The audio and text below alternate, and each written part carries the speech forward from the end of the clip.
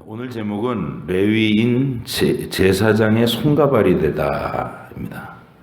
레위인들이 제사장의 손가발이 됐다. 그동안 이제 우리가 민수기 8장에서 계속 얘기한 게 성막 안에서 등대에 불을 켠다는 게 무슨 뜻이냐. 1500년 동안 제사장들이 매일 그 일을 했어요. 매일 1500년 동안. 근데 그게 그냥 의식으로만 하면 아무 의미 없다 그랬죠. 이게 뭔 의미냐. 그래서 우리는 이제 정확하게 아는 거예요. 거기 천막 속에서 불 켜는 게 중요한 게 아니라 그 내용은 레위인들이 하나님의 진리의 불을 밝혀서 동네마다 회당을 만들고 동네마다 자기에게 맡겨진 백성들한테 진리의 빛을 비춰라. 진리를 가르치는 거예요. 말씀을 가르치고 믿음을 지도하는 거. 그게 그 등잔불을 켜는 의미다. 그러니까 이스라엘에서는 구별된 레위인이 곧 등불이었다. 이 얘기를 말씀드렸어요. 그런 이제 레위인은 특별하고 다른 백성들은 그냥 열등한 거냐, 그게 아니라 그랬죠. 레위인하고 백성들은 하나예요, 하나. 그래서 레위인들을 세울 때 백성들 11명이 와갖고 레위인 한 명한테 손을 얹고 안수를 하는 거예요. 그래서 너는 나다, 나는 너다, 우리는 하나다. 그래서 레위인이 하나님 앞에 나가서 진리에 봉사하고 헌신을 하는데 그는 백성들을 대신해서 또는 백성들을 대표해서 그들의 대표 자격으로 하는 거단 말이죠. 그래서 서로 하나라는 것을 입으로만 말한 게 아니고 그렇게 안수라는 의식만 행한 게 아니고 일반 백성들은 자기의 삶에 가장 소중한 열심히 땀 흘려 갖고 물질을 벌어들인 거는 정말 피 같은 거잖아요. 그 중에 10분의 1을 아낌없이 들여서 레위인과 자기가 하나라는 것을 고백하게. 그렇게 또 11조를 받아서 생활하는 레위인들은 나와 하나인 내게 할당된 이스라엘 백성 11명. 그죠? 개별적으로 하면 그렇고 가정으로 하면 11가정을 내가 이제 내 레위인 가정이 책임지는 거예요. 그러면 그들을 위해서 밤낮 없이 기도하고 밤낮 없이 성경을 말씀을 연구해가지고 그들에게 올바르게 가르쳐주고 그래서 양쪽이 서로 책임지는 거예요. 그게 레위인 제도다. 그래서 오늘날에는 누가 그럼 레위인이냐. 여러분 가운데서 믿음의 열심을 내고 먼저 믿은 사람들이 거룩한 제사장 의식이 가지고 왕 같은 제사장의 마음을 가지고 성경을 연구해서 누군가를 돌보기 시작할 때 교회에 오면은 이 신앙의 연조가 진행되면서 그 과정을 필연적으로 거치는 거예요. 그래서 이렇게 소그룹으로 모여서 나눔을 하면서 벌써 그게 훈련이 되는 거고 그 모임이 발전하면 이제 주일학교 선생님이 돼가지고 반사로서도 가르치고 구역장으로서도 섬기고 이러면서 누군가를 가르치는 자리에 서는 레위인이 되는 거예요. 그래서 앞장 세운 레위인이 또 따라가는 일반 백성들이 서로가 하나라는 의식. 우리는 하나다. 분리되지 않는다. 그거를 항상 가지고 살아야 된다. 그런 다음에 이제 오늘 본문에서는 바로 그렇게 백성의 대표인 레위인을 구별해 갖고 제사장에게 선물로 주라는 거예요. 다시 제사장에게 선물로 줘라. 그럼 이제 제사장은 그들에게 지시를 내리는 거예요. 하나님의 일을 할 때 이렇게 해라 그러면 일일이 그 짐승을 잡고 피 빼고 씻고 조각조각 나누고 예법에 따라서 제단에 올리고 이게 속죄제가 될지 소제가 될지 번제가 될지 그런 것들을 척척 알아가지고 제사장의 손발이 되어서 움직이는 사람들, 이제 레위인이라는 말이죠. 그래서 결국은 제사장, 백성과 레위인은 서로 하나라고 그랬으니까 그 전체가 제사장의 손과 발이 돼서 이스라엘 전체가 한 덩어리가 되는 거예요. 하나, 한 몸을 이루게. 이게 하나님의 원래 계획이었다. 그래서 우리는 이스라엘의 이 구별된 레위인들을 제사장들에게 그들의 손과 발 역할을 하라고 오늘 주시는 장면을 봤고, 그리고 이제 이 제사장과 레위인의 진리를 섬기는 것이 백성들의 생명을 보존하는 재앙이 임하지 않도록, 그러니까 하나님께 대해서 잘 못 알고 진리를 깨닫지 못하고 아무렇게나 하나님을 귀신 섬기듯이 섬기고 이런 일들이 이스라엘에 스며들지 않게, 그러면 재앙이 임하지 않고 복된 공동체가 되고, 교회도 그래야 되는 거예요. 교회가 레위인들이 활동을 안 하면 이 교회가 어떻게 되느냐면 놀이터가 돼버려요. 거짓된 사람들의 가짜 신앙인들이 들어와 가지고 여기를 자기들이 즐거운 놀이터로 만들어요. 그래가지고 맨날 뭐 노는 일, 또 자기들끼리 서로 쑥덕거리고 패가르고 경쟁하고 누군가 왕따시키고 세상에서 하는 거하고 똑같은 일을 해버려요. 왜 그러느냐? 레위인들이 활동을 안 해서 그런 거예요. 진리를 안 밝히면 우리 속에 죄성이 튀어나와 가지고 세상의 다른 모임과 똑같은 일이 교회에서도 다 벌어져요. 그걸 교회에 세속하라고 그래요. 여러분과 제가 교회가 세속화되지 않기 위해서 항상 거룩한 레위인으로 깨어 있어 가지고 재앙이 하나님의 사랑이 늘 임해 있는 곳이 아니라 여기가 뭐 막 무지함과 하나님의 진노가 머무르는 땅이 되지 않게 우리가 지켜나가야 될 줄로 믿습니다. 그래서 매일매일 큐티하고 매일매일 성경 읽고 우리가 함께 기도하고 말씀을 알아가는 생활을 하는 건 바로 그렇게 진리를 분별해서 하나님의 교회를 거룩한 공동체로 항상 유지시키는 예수 그리스도의 진리가 선포되고 죄인들이 거듭나서 하나님의 백성이 되고 영생의 상속자가 됐다는 이 위대한 교훈을 정말 생생하게 나타내는 사람들이 가득한 곳. 우리 서부중앙교회가 주님 오실 때까지 그런 건강한 모습으로 잘 성장해 갈 수 있기를 간절히 바랍니다. 이스라엘의 제사장들은 하나님과 죄인인 백성들 사이를 연결해 주는 역할을 맡은 거예요. 그래서 아론 가문의 제사장들, 그들 외에는 성막에 들어갈 수가 없고 성소나 지성소에 들어갈 수가 없어요. 레위인도 못 들어가요. 거기는 오직 제사장만 들어가는데, 이 제사장들은 백성들과 하나님 사이에서 중간 역할을 해주는 중보자 역할을 해주는데, 이방의 우상 숭배자들도 사제들이 있죠. 사제들이 다 있단 말이에요. 그러니까 일반 백성하고 신 사이에선 자기들이 제사장 역할을 하는 사제들이 있어요. 심지어는 귀신 섬기는데도 무당이 있단 말이에요. 무당이. 이 무당이 일반 사람하고 신하고 사이에 자기가 영매라고 그래가지고 중간 역할을 한다. 이게 흉내내는 거예요. 그런데 성경에 있는 아론 가문의 이 제사장들은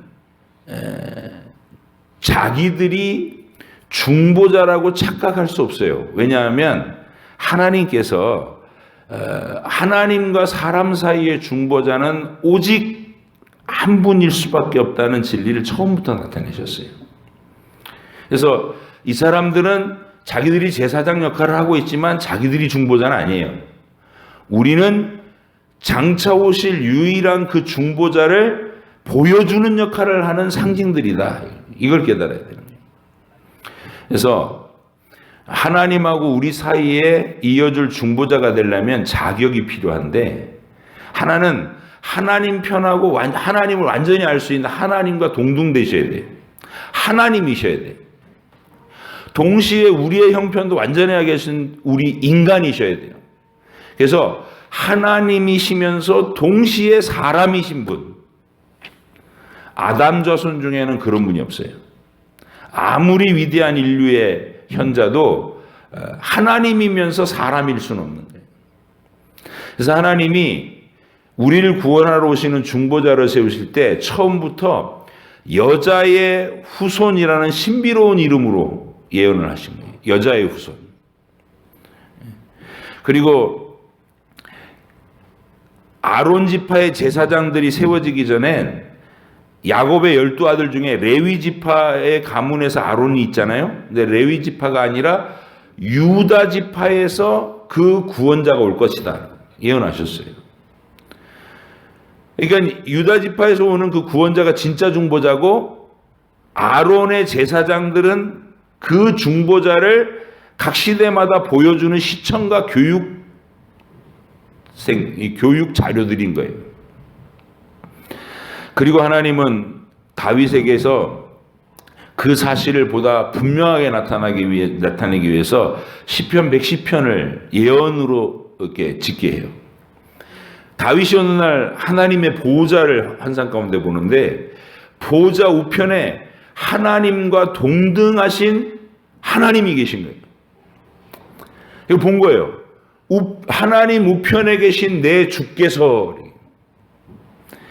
그 하나님 우편에 계신 주님이 장차 아론 가문이 아니라 멜기세덱의 반차를 따르는 대제사장이 돼서 세상에 오신다는 얘기. 그 얘기를 다윗이 그분을 뵙고 그 예언을 시편으로 쓴 거예요. 시편 110편에. 그리고 나서 후대의 이사야는 그분이 인간 아기로 오셔서 갈릴리 해변을 돌아다닐 것이다, 이런 예언을 하셨어요. 처녀가 잉태해서 아들을 낳을 것이다. 동정녀 탄생이 예언되고, 미가 선지자는 그분은 베들레헴에서 탄생할 것이다. 이런 예언들이 막 쏟아져 가지고 하나님이신 그분이 우리 곁으로 오신 사람 대신 중보자, 유일하신 분, 하나님이시면서 동시에 사람이신 분은 우리 주 예수 그리스도 뿐이다. 여러분, 우리가 반드시 고백하고 알아야 돼요. 여러분, 그래서 여기 오늘 본문에 있는 제사장들은 자기들이 중보자가 아니에요. 그 장차 오실 유일한 중보자를 각 시대마다 대대손손 그 중보자를 이렇게 시청각적으로 보여주는 상징의 역할이에요. 상징의 역할. 우리와 같이 하나님과 백성들 사이에 서서 너희를 이렇게 하나님께로 이끌어 주실 진짜 중보자가 오신다. 그래서 우리 주님이 그 예언을 따라 동정녀 마리아에게서 우리에게서 왔어요. 이런 얘기를 이렇게 성경 속에서 다 있는 얘기인데, 히브리서의 기록자가 그 얘기를 이렇게 설명을 해요. 지금 제가 설명드리는 거하고 똑같은 얘기를 하는지 안 하는지 한번 들어보세요. 히브리서 7장 11절로 15절. 레위 계통의 제사 직분으로 말미암아, 이건 이제 아론의 후예들 얘기하는 거죠. 레위 계통의 제사 직분으로 말미암아 온전함을 얻을 수 있었으면, 백성이 그 아래서 율법을 받았으니 어찌하여, 만약 그랬으면 어찌해서 아론의 반차를 따르지 않고 멜기세덱의 반차를 따르는 다른 한 제사장을 세울 필요가 있느냐. 제사 직분이 바꾸어졌은즉 율법도 반드시 바꾸어지리니 이것은 한 사람도 제단 일을 받들지 않는 다른 지파에 속한 자를 가리켜 말한 것이라. 멜기세덱은 우리 주께서는 유다로부터 나신 것이 분명하도다. 이 지파에는 모세가 제사장들에 관하여 말한 것이 하나도 없고 멜기세덱과 같은 별다른 한 제사장이 일어난 것을 보니 더욱 분명하도다. 지금 히브리서 기록자가 제가 설명드린 대로 설명하고 있는 거예요. 우리의 유일한 중보자, 제사장은 예수님 한 분뿐이고 구약의 오늘 민수기 본문에서 얘기하는 이 제사장들은 그의 상징이고 모형이들이다. 그런 얘기죠. 자, 이제 우리는 이 민수기 8장을 통해서 그러면 이 원리가 영원하신 예수님, 유일한 제사장이신 예수님의 시대에도 우리에게 어떤 원리로 이 원리가 적용되고 있는가, 이제 그 얘기를 하고 마치려고 해요. 원리는 간단해요. 백성과 레위인은 하나고, 그리고 그 레위인을 제사장에게 손과 발로 줬으니까 제사장이 머리가 되고, 백성과 레위인, 하나인 레위인은 그의 손발이 돼서 하나님의 뜻을 나타내는 한 몸으로 움직이게 됐다, 이 얘기예요. 그럼 이제 그 거룩한 유일한 제사장이신 예수님은 어떤 식으로 우리에게 그런 일들을 행하시나? 하나님의 예언을 따라 유일한 중보자로 이 세상에 오신 예수님은 먼저 우리를 자신의 피로 값주고 사셔서 우리를 하나님께 드리신다, 이렇게 표현합니다, 성경이. 들어보세요. 요한계시록 5장 9절에 그들이 새 노래를 불러 이르되 두루마리를 가지시고 그 임봉을 떼시기에 합당하시도다. 일찍 죽임을 당하사 각 족속과 방언과 백성과 나라 가운데서 사람들을 피로 사서 하나님께 드리시고. 이렇게. 예수님이 하신 일은 뭐냐면 여러분과 저를 몸값을 지불하시고 우리를 이제는 노예 상태에서, 종된 상태에서, 저주의 상태에서 끌어내서 자유케 하신 다음에 하나님 아버지께 드렸다는 거예요. 그러면 우리를 받으신 하나님은 다시 우리를 예수님의 소유가 되도록 그분의 소유로 되돌려 주시는, 그래서 예수님이 요한복음 17장에서 이런 말씀을 하세요. 세상 중에서 내게 주신 사람들에게 내가 아버지의 이름을 나타내었나이다. 그들은 아버지의 것이었는데 내게 주셨으며 그들은 아버지의 말씀을 지켰나이다. 지금 그들은 아버지께서 내게 주신 것이 다 아버지께로부터 온 것인 줄 알았나이다. 나는 아버지께서 내게 주신 말씀들을 그들에게 주었사오며 그들은 이것을 받고 내가 아버지께로부터 나온 줄을 참으로 아오며 아버지께서 나를 보내신 줄도 믿었사옵나이다. 내가 그들을 위하여 비옵나니 내가 비옵는 것은 세상을 위함이 아니요 내게 주신 자들을 위함이니이다. 그들은 아버지의 것이로소이다. 내 것은 다 아버지의 것이요 아버지의 것은 내 것이온데 내가 그들로 말미암아 영광을 받았나이다. 저와 여러분 얘기하고 있는 거예요. 그러니까 거룩하신 아버지께서 예수님이 피로 값주고 사셔갖고 우리를 아버지께 드리니까 아버지는 또 그 우리를 예수님의 소유로 내주신다는 거예요.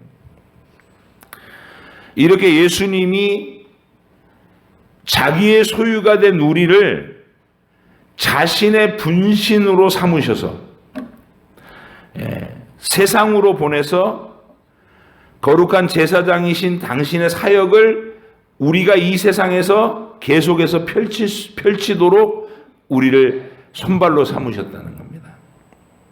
그래서 여러분과 제가 이제 예수님의 손과 발이 돼서 여러분이 살고 있는 하루하루 이 세상에 사는 동안에 예수님을 통해서 흘러갈 모든 생명의 능력이 여러분을 통해서 세상에 이렇게 스며가도록 여러분을 만나는 사람들, 여러분과 인생에서 접촉되는 모든 사람에게 마치 여러분이 거기 있으면 예수님이 거기 계신 거하고 똑같은, 예수님의 입이 되고 예수님의 손길이 되고 예수님의 심장이 돼서 우리로 하여금 이 세상 각처에 흩어져 살도록 하셨다. 이게 하나님 나라의 원리다. 그래서 이제 우리 주님이 자기의 분신 삼은 우리한테 위임하시는 명령이 뭐였냐면, 머리는 하늘 보좌 우편에 가서 이제 딱 자기 자리에 가서 앉아 계시면 되는 거예요. 우리의 머리 되신 주님은. 그러면서 우리한테 이렇게 얘기하세요. 마태복음 28장 하늘로 올라가시기 직전에 하신 말씀이에요. 예수께서 나와 말씀하여 이르시되 하늘과 땅의 모든 권세를 내게 주셨으니 그러므로 너희는 가서 모든 민족을 제자로 삼아 아버지와 아들과 성령의 이름으로 세례를 베풀고 내가 너희에게 분부한 모든 것을 가르쳐 지키게 하라. 볼지어다 내가 세상 끝날까지 너희와 항상 함께 있으리라. 여러분이 사도 바울이 이제 이런 원리를 가지고서 예수님을 머리라고 그러고 우리는 그 몸의 지체다. 교회는 예수님의 몸이다. 우리가 예수님의 눈도 되고 코도 되고 입도 되고 손가발이 되어서 이 교회를 통해서 여러분 하나하나를 통해서 이 세상에다가 예수님을 보여주는 예수님의 형체가 된다. 우리가 지금 그 역할을 하고 있는 것이다. 이렇게 설명합니다. 그래서 여러분은 이제 이 세상 속에서 예수님의 손길이 되는 건데 베드로도 이 원리를 똑같이 얘기하는데 좀 다르게 표현해요. 한번 들어봐요. 어떻게 베드로는 뭐라고 표현하는가? 베드로전서 4장 10절에 각각 은사를 받은 대로 하나님의 여러 가지 은혜를 맡은 선한 청지기 같이 서로 봉사하라. 하나님께서 뭔가를 맡긴 걸 가지고서 그거를 서로 나눠주는 청지기 같이 서로 봉사하래요. 만일 누가 말하려면 하나님의 말씀을 하는 것 같이 하고 누가 봉사하려면 하나님이 공급하시는 힘으로 하는 것 같이 하라. 이는 범사에 예수 그리스도로 말미암아 하나님이 영광을 받으시게 하려 함이니 그에게 영광과 권능이 세세에 무궁하도록 있느니라. 베드로 말은 이런 거예요. 우리가 뭔가 손에서 봉사를 하잖아요. 그러면 이 봉사는 내게서 나오는 착한 행실이 아니고 하나님의 마음으로 하나님의 돌봄을 세상에 펼치는 거라는 거예요. 내가 무슨 말을 하면 내가 좋은 말, 선한 말을 생각해내서 내가 하는 말이 아니라 하나님이 하시는 말씀이 나를 통해서 선포되는 것이다. 여러분, 이 세상에도 착한 일 하는 사람 많죠. 착한 일을 하는 것을 굉장히 이제 선한 양심으로 착한 일을 하는데 하나님의 백성이 아니고 예수님을 모르는 사람이 착한 일을 하는 것은 그냥 착한 일일 뿐이에요.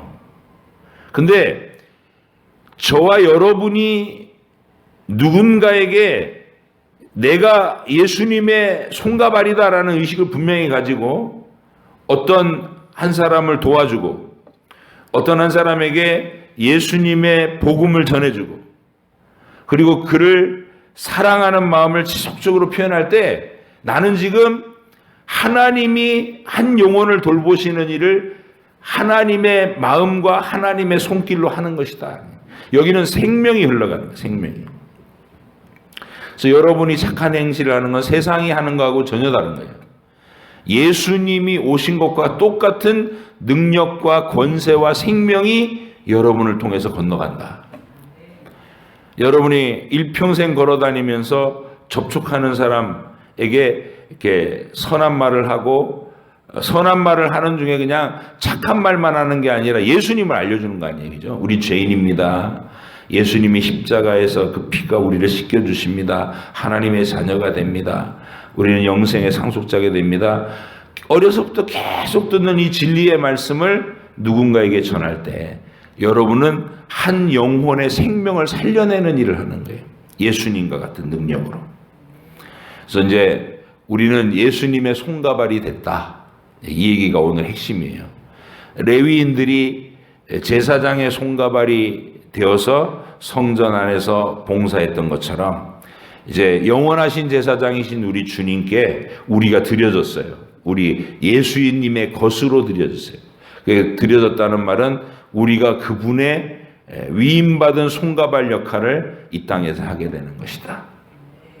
오늘 이제 서두에 제가 우리 청소년부 그 자리를 이렇게 목격도 하고, 그러니까 다른 분들은 그냥 교회 와서 얘네들 와 있네 이렇게 보셨지만 그 장면이 참 은혜로운 장면인 거예요. 저는 이제 방 안에 곳곳을 비추는 CCTV가 있으니까 먼저 저쪽 그 횡단보도 쪽 본소리 있는 쪽에서 이렇게 쭉 거기서부터 보인단 말이에요.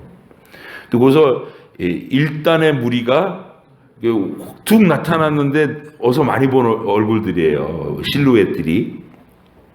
근데 우르륵 들어와요. 우르륵. 한두 명이 그냥 띄엄띄엄 온 게 아니라. 그리고 1시간 내내 앉아갖고 자기들끼리 나눔을 하던데, 해본 마음은 스스로 느끼겠지만 성령 하나님이 각 사람에게 말씀하게 하심에 따라서 내가 큐티를 보고 성경 본문을 보고 깨달은 얘기를 다른 사람들 앞에서 이렇게 나눌 때 나도 기쁘고 그것을 듣는 사람도 기뻐요. 왜?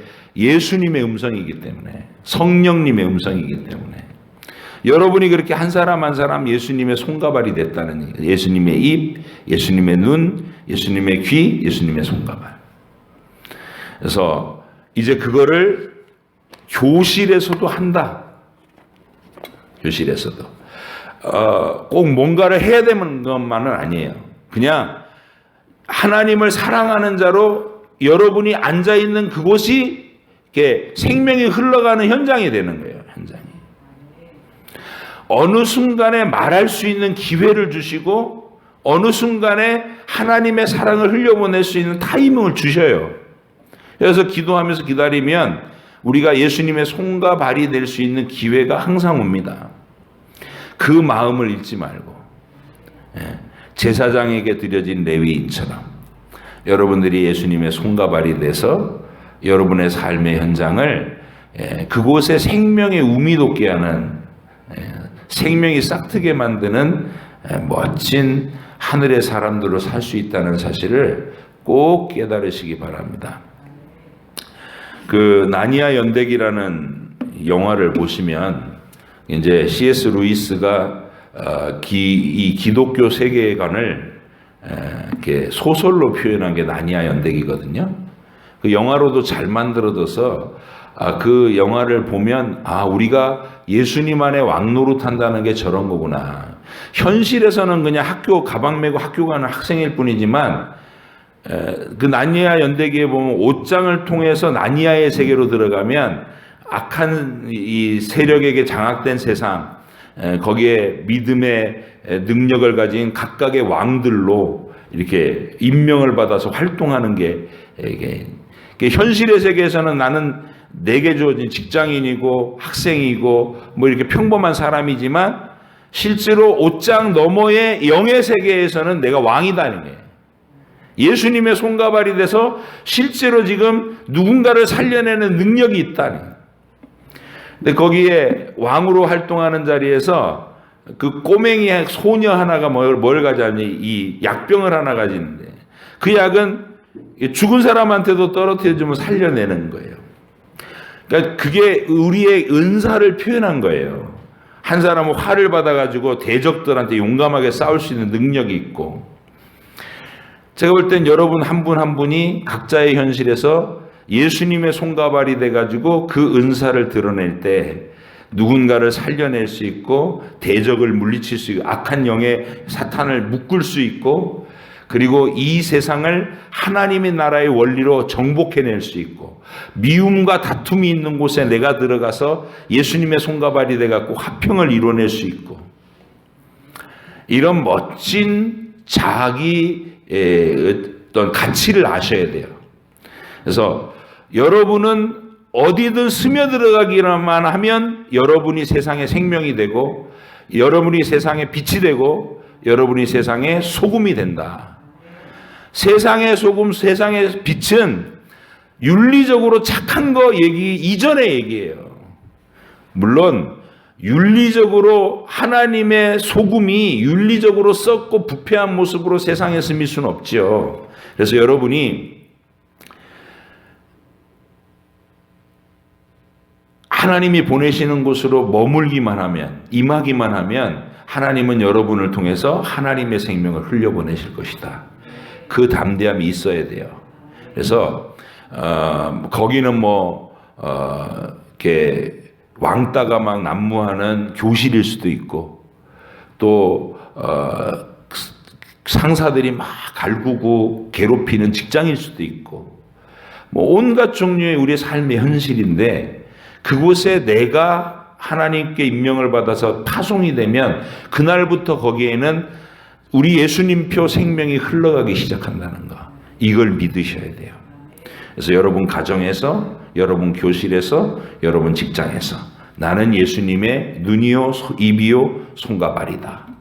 여기 가만히 앉아있기만 해도 어느 순간엔간 나를 통해 예수님의 향기가 퍼져나갈 거고, 예수님의 음성이 들려질 거고, 그래서 죽은 영혼들이 살아나고 엉망진창이었던 망가진 영혼들이 복음서에서 그러는 것처럼 치유되고 회복되고 질서정연해지는 그런 멋진 생명의 역사가 일어날 것이다.